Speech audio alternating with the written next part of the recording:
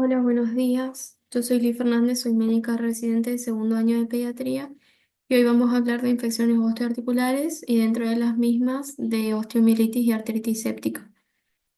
Para iniciar con generalidades, son infecciones que son relativamente frecuentes en los niños por la gran vascularización ósea que tienen, em, por el crecimiento y por la gran actividad osteoblástica que tienen. Esto es si comparamos con otros grupos etarios, pero si tenemos en cuenta las infecciones pediátricas en sí, no vienen a ser tan frecuentes como por ejemplo otras infecciones como respiratorias, pero sí si comparamos con otros grupos etarios. Em, Afectan un 50% en niños menores de 5 años y dentro de los mismos un 25% van a ser menores de 2.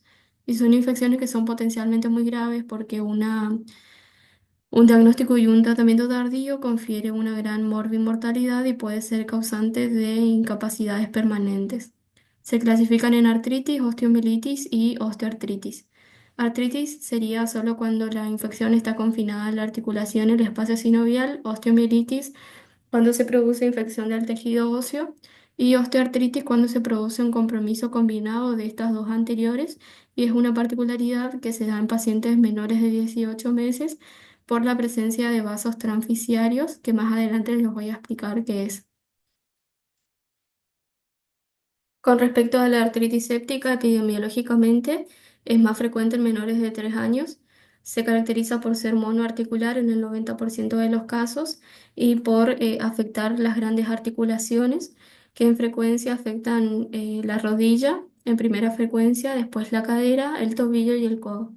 Y los mecanismos por el cual se produce la infección, como más principalmente responsable, va a ser la diseminación hematógena del patógeno y después también podemos tener la inoculación directa si tenemos el antecedente de traumatismo. Con respecto a la osteomielitis, bueno, se va a clasificar en aguda o crónica. Aguda es cuando, bueno, tiene un inicio brusco y el proceso va a iniciar menos de 2 semanas antes que nosotros podamos diagnosticarla. Y crónica es la presencia de recaída o una nueva infección de un proceso que inicialmente inició como una osteomielitis, o sea, en el mismo hueso que inicialmente se afectó por una osteomielitis aguda, semanas a años después. Epidemiológicamente también va a ser más frecuente en los varones que en las mujeres, con una relación 2:1, y va a tener el antecedente de traumatismo previo en un 30%. Este antecedente de traumatismo nos puede hablar, digamos, o apoyar que sea una infección más frecuente en los varones que en las mujeres. Va a tener una predilección por la metáfisis de los huesos largos y los huesos largos que mayormente va a afectar va a ser el fémur en primera medida, después tibia y húmero. También puede llegar a afectar huesos que no sean largos como las vértebras, la pelvis y el calcáneo. Los mecanismos, igual que en la artritis, el más importante es la diseminación hematógena. Después tenemos la inoculación directa por traumatismos y cirugía o tejido contiguo afectado, por ejemplo, en un paciente que tiene una infección de piel y partes blandas que se profundizó hasta el hueso. Bueno, para hablar un poquito de la patogenia, como yo dije, el proceso inicia en este lugar, que sería la metáfisis, sobre todo en los huesos largos. Las metáfisis se caracterizan por tener vasos sanguíneos que son tortuosos. Esto favorece a que tengan un flujo sanguíneo lentecido que favorece la siembra de bacterias. Después del proceso que inicia la metáfisis, se propaga, digamos, localmente a la médula y genera una invasión local de la médula ósea. Esta invasión local de la médula ósea aumenta la presión intramedular y esto, sumado a que los niños tienen células endoteliales de la parte cortical y del periósteo que son muy permeables, digamos, favorece la diseminación del material purulento. Si pasa la cortical al periósteo, al subperiósteo y si pasa al periósteo a los tejidos contiguos. Bueno, y después el vaso transficiario vendría a ser esto, que lo que hace es conectar la epífisis con la metáfisis. Entonces nosotros en pacientes menores de 18 meses que tienen la presencia de este vaso, esto nos explicaría, digamos, la diseminación hacia la epífisis y después, por el mecanismo que ya expliqué, a la parte, digamos, del espacio articular y del líquido sinovial. Una vez que nuestro paciente crece, ya forma lo que es un cartílago, que lo que nos hace es, y bueno, no presentan más este vaso transficiario que nos estaría favoreciendo todo este proceso. Bueno, y a medida que nuestro paciente crece, todo lo que sea la parte perióstica y la cortical se vuelven más gruesos y densos y esto nos permite que la infección se localice, o sea, que no se disemine más hacia los tejidos adyacentes, pero que generen como una compactación del material purulento que radiográficamente se puede ver así, que se llama absceso de Brody. Se pueden hacer abscesos intraóseos o subperiósticos, que quedan como compactados, digamos, a lo que es el hueso nomás. Con respecto a la etiología, vamos a hablar combinadamente de las dos patologías porque tienen los mismos patógenos involucrados. Son infecciones que esencialmente van a ser bacterianas y otra particularidad que tienen es que el Staphylococcus, ya sea sensible o resistente, va a ser el patógeno más frecuente en todos los grupos etarios. Después vamos a tener particularidades de acuerdo, digamos, a la edad de 0 a 3 meses. Bueno, el Staphylococcus aureus en primera medida, Streptococcus beta hemolítico del grupo B, donde destaca el Streptogalactiae, y enterobacterias como la E. coli. Después, en pacientes de 3 meses a 5 años, comienza a cobrar importancia el Streptopiógenes y después un patógeno muy particular y por eso está resaltado en azul, que es Shigella kingié, que es un cocobacilo gram negativo que tiene un difícil crecimiento en los medios de cultivos habituales. Entonces, para su aislamiento se requieren de métodos específicos, como por ejemplo contar con PCR para poder determinarlo. En los lugares donde cuentan con un laboratorio que realiza este aislamiento, llega a ser la segunda causa después del Staphylococcus aureus. Bueno, después el streptoneumonía y el Haemophilus influenza en los pacientes no vacunados. En mayores de 5 años, en frecuencia el Staphylococcus aureus, después el Streptopiógenes y el Neisseria gonorrhoeae en aquellos pacientes que sean adolescentes sexualmente activos. Cuando generan artritis séptica tienen la particularidad de generar una poliartritis, así que hay que tener en cuenta en esos casos, digamos, para poder pensarlo. Después, cuando tenemos heridas punzantes en pie, pensar siempre en Pseudomonas aeruginosa, en varicela, que la sobreinfección más frecuente es del Streptopiógenes, y en pacientes inmunocomprometidos ya empieza a cobrar importancia la Salmonella y Serratia. Después, en osteomielitis tenemos que también puede estar determinada por hongos o por tuberculosis. Hay que pensar en hongos en los pacientes neonatos, en aquellos que son inmunocomprometidos o en los pacientes gran quemados. Y bueno, la tuberculosis genera, digamos, una afección del hueso, ya sea por diseminación hematógena o linfática, y se caracteriza por comprometer lo que es la columna vertebral, el fémur y los huesos largos de las manos y los pies. Bueno, y acá tenemos un cuadrito que básicamente resume todo lo que yo les estuve explicando recién. Y bueno, con respecto a la clínica, vamos a tener un paciente en regular estado general, que si es un niño mayor, nos puede referir un dolor localizado al hueso o a la articulación. Visualmente se va a poder evidenciar tumefacción, impotencia funcional y actitud antálgica. Esto se puede acompañar o no de fiebre en un 30% de los casos, o sea que la ausencia de fiebre no nos descarta el diagnóstico, sino que tener el antecedente de fiebre nos apoya el diagnóstico, ¿sí? Y signos inflamatorios como edema, rubor, calor local van a ser mucho más evidentes en la artritis séptica que en la osteomielitis. En el caso de los niños pequeños, bueno, vamos a tener un bebito que esté irritable, con rechazo alimentario, rechazo al gateo a la sedestación y puede presentar vómitos que vendrían a ser todos síntomas inespecíficos. Y también se puede producir una pseudoparálisis que la mamá nos puede referir que ella lo nota cuando, por ejemplo, le cambia el pañal.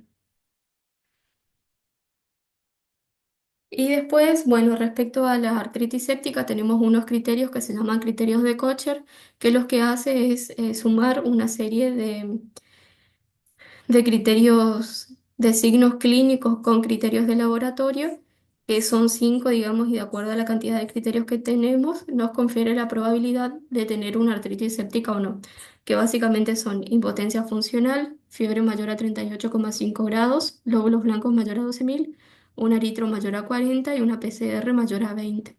Y ahí, de acuerdo a cuántos criterios tengamos, digamos, de los 5, es la probabilidad de tener o no el diagnóstico. Bueno, y antes de hablar de los estudios complementarios, hay que tener en cuenta que las infecciones osteoarticulares son entidades que básicamente tienen un criterio, un diagnóstico clínico, o sea, somos nosotros los que tenemos que pensar en estos diagnósticos cuando tengamos un paciente que se presente con clínicas de dolor local, de tumefacción, con impotencia funcional, y nos podemos apoyar obviamente en los estudios complementarios. En las dos infecciones vamos a iniciar con un laboratorio. El laboratorio, bueno, vamos a pedir hemograma, una eritrosedimentación y una PCR en el caso que tengamos, y coagulograma por si nuestro paciente tiene que ingresar a quirófano, digamos, por si llega a tener conducta quirúrgica. La eritro va a ser mayor a 40, pero hay que tener en cuenta que tienen un aumento y una normalización tardía, o sea que no nos serviría para el seguimiento. Después se realiza hemocultivos por dos, que básicamente tiene un rendimiento etiológico, o sea, de poder precisar el patógeno involucrado en un 50%. Y después, bueno, se harían artrocentesis, que en este caso sería diagnóstica terapéutica, y se obtiene muestra de líquido sinovial para citoquímico, cultivo, coloración Gram, que si podemos sumar estos dos, aumentamos el rendimiento etiológico, digamos. El rendimiento del aislamiento etiológico sería en un 38 a 58%, y en los casos en donde se pueda realizar PCR, ya sea para Staphylo, para Quinguela y para todos los probables responsables que se cuenten, digamos. Bueno, y acá para que ustedes vean, digamos, cómo tendría que ser las características de un líquido que nos pueda hablar de artritis séptica, que básicamente va a ser turbio purulento, con más de 50.000 leucocitos por milímetro cúbico y a predominio polimorfo nuclear en un 75%. Después, en el caso de que tengamos, bueno, un compromiso por hongos o tuberculosis, va a ser solo el 50. Proteínas mayor a 3, y la relación glucosa con el plasma va a ser muy baja, que va a ser menor a 20.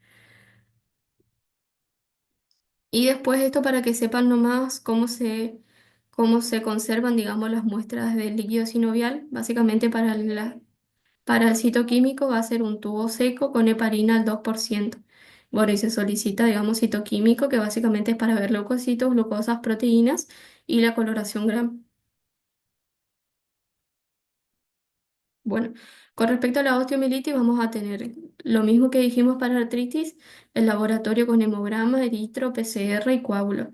Lo que sí acá en este caso la PCR nos va a servir para seguimiento, porque generan un pico al segundo día de inicio del proceso infeccioso y disminuye menos de 20 luego de la primera semana de tratamiento exitoso. Entonces esto, hacer un seguimiento de PCR, digamos, nos puede determinar la respuesta al tratamiento. Después también se toman muestras de hemocultivos por dos, que va a tener un rendimiento etiológico para poder aislar la etiología, digamos, en un 60% en osteomielitis aguda y del 20% en crónica. Y después, en el caso de que nuestro paciente tenga cultivos negativos con falta de respuesta al tratamiento antibiótico, se podría pensar en realizar una punción ósea, ya sea para histopatología y para cultivos del hueso, digamos. Con respecto a los estudios de imágenes, lo que más nos va a servir para artritis séptica y el método más disponible que tenemos es la ecografía articular y de partes blandas, que nos va a poder permitir ver el derrame articular en el 90% de los casos, asociado a engrosamiento sinovial y un Doppler aumentado en la región. Después, con respecto a la radiografía, si bien no es un método que nos permita diagnosticar en sí artritis, nos va a poder permitir ver edema de los tejidos blandos y ensanchamiento del espacio articular.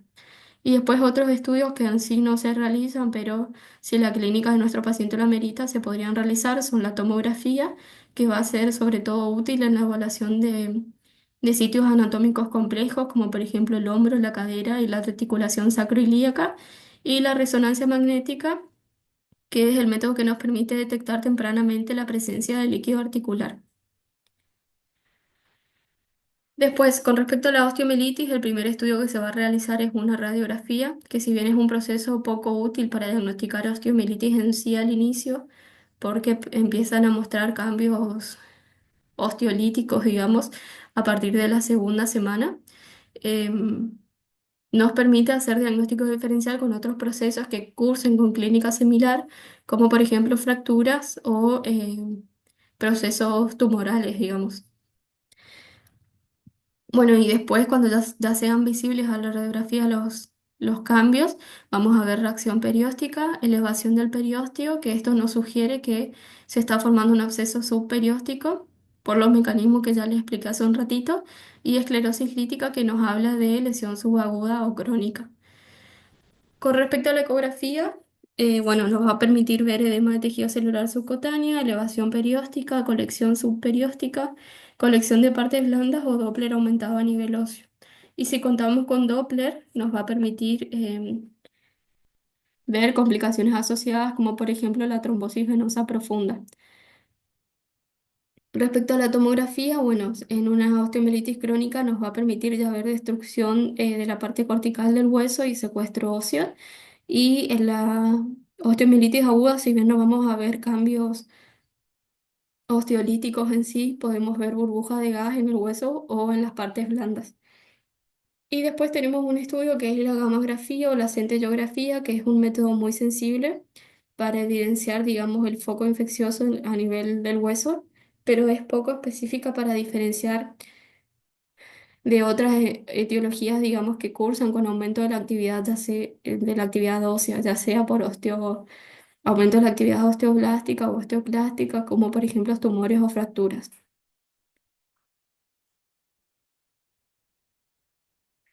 Bueno, y con respecto al estudio de imagen más sensible y específico para la osteomielitis, va a ser la resonancia, que es altamente sensible y específica, como dije recién, pero se caracteriza por tener una baja disponibilidad, sobre todo en nuestro medio.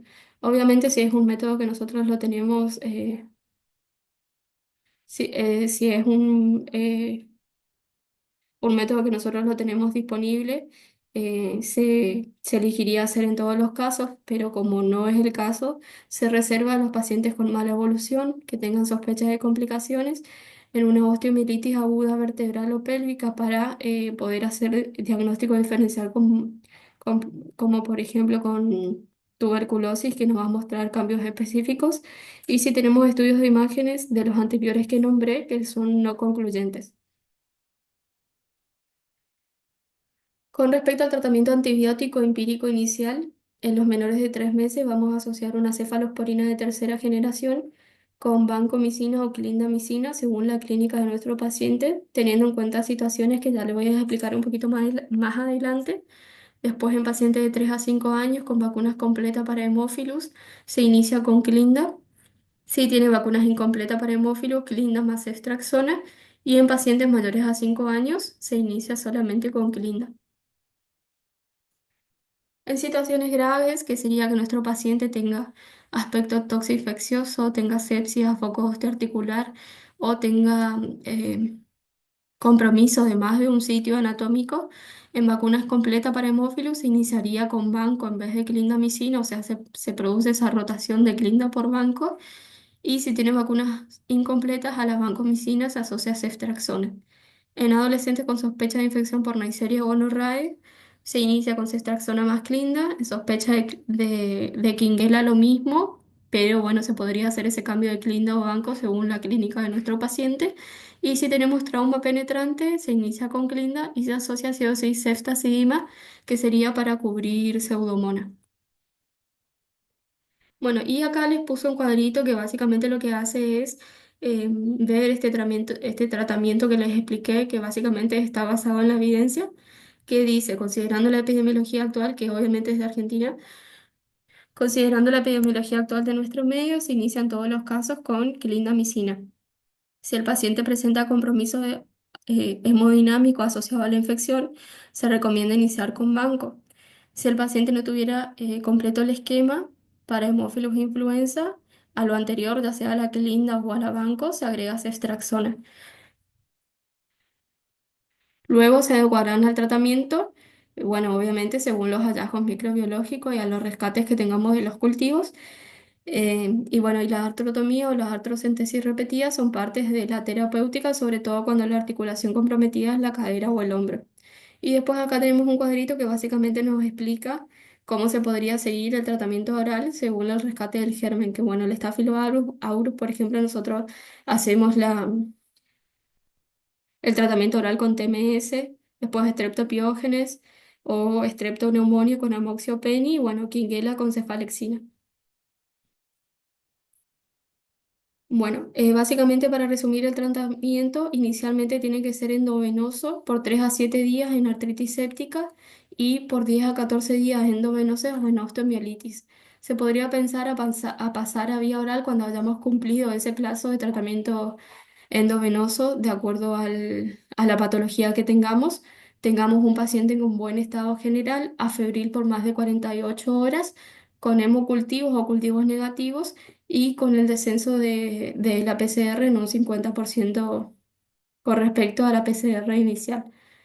Bueno, también se va a hacer analgesia arreglada, quirúrgico, que básicamente va a ser el drenaje o la artrocentesis en la artritis séptica, que acá me pareció importante resaltar que en las artritis de cadera siempre se insiste en el drenaje de la artritis del foco infeccioso, porque el foco infeccioso nos puede generar una necrosis vascular de la cabeza del fémur, digamos.